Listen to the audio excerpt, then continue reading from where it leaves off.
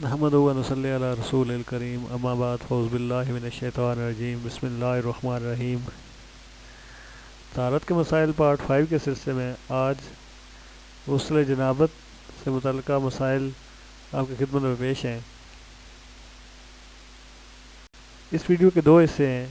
پہلے حصے میں یہ ہے کہ اگر کوئی منظر یا فلم دیکھ کر منی خارج ہو جائے تو کیا غسل واجب ہوتا ہے یا نہیں ہوتا، اور دوسرے حصے میں ہم یہ فقہا کی رائے اس بارے میں ڈسکس کریں گے کہ کیا اگر وسوسہ ہو کہ غسل مکمل طور پہ کیا تھا یا نہیں کیا تھا تو کیا نماز ادا کر سکتے ہیں، اور اگر وسوسے کی حالت میں نماز ادا کر لیں تو کیا اس کا لوٹانا ضروری ہے یا نہیں۔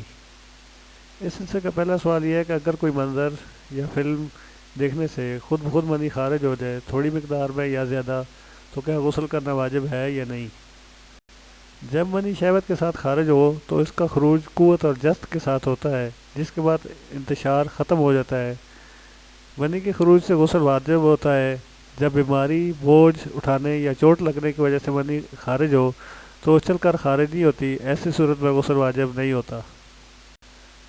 شہوت کے ساتھ مطلقاً منی کا نکلنا ناقص غسل ہے اور اس وجہ سے غسل واجب ہو جاتا ہے، کیونکہ رسول اللہ صلی اللہ علیہ وسلم کا فرمان ہے الماء من الماء، پانی کا استعمال پانی نکلنے سے ہے، یعنی غسل اس صورت میں واجب ہوگا جب انزال ہو۔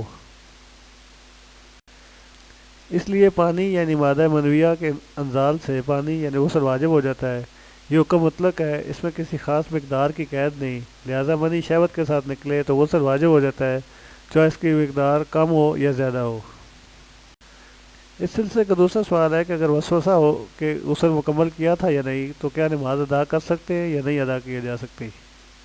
قرآن پاک کی سورہ مائدہ میں اللہ تعالیٰ کا ارشاد ہے وَإِن كُنتُمْ جُنُبًا فَطَهَّرُوا، اگر تم جنابت کی حالت میں ہو تو نہا کر خوب پاک ہو جاؤ۔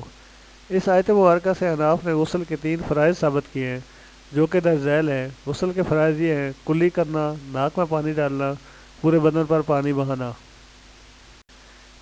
اس لیے غسل طہارت کے دوران اگر جنبی یا غسل کرنے والا کلی نہ کرے یا ناک میں پانی نہ ڈالے یا جسم کا کوئی حصہ خشک رہ جائے تو جسم پاک نہیں ہوتا۔ اس صورت میں تینوں فرائض میں سے کوئی ایک فرض چھوڑ دیا جائے تو غسل دوبارہ کرنا لازمی ہے، اور جو نمازیں اس دوران ادا کی گئیں وہ بھی لوٹائی جائیں گی۔ اس ویڈیو کی تیاری کے لیے مواد مفتی عبدالقیوم خان ہزاروی اور ادارہ منہاج القرآن کی تصنیفات سے لیا گیا ہے۔ مزید مسائل جاننے اور مفید ویڈیوز کے لیے روحانی دنیا کو لائک اور سبسکرائب کریں۔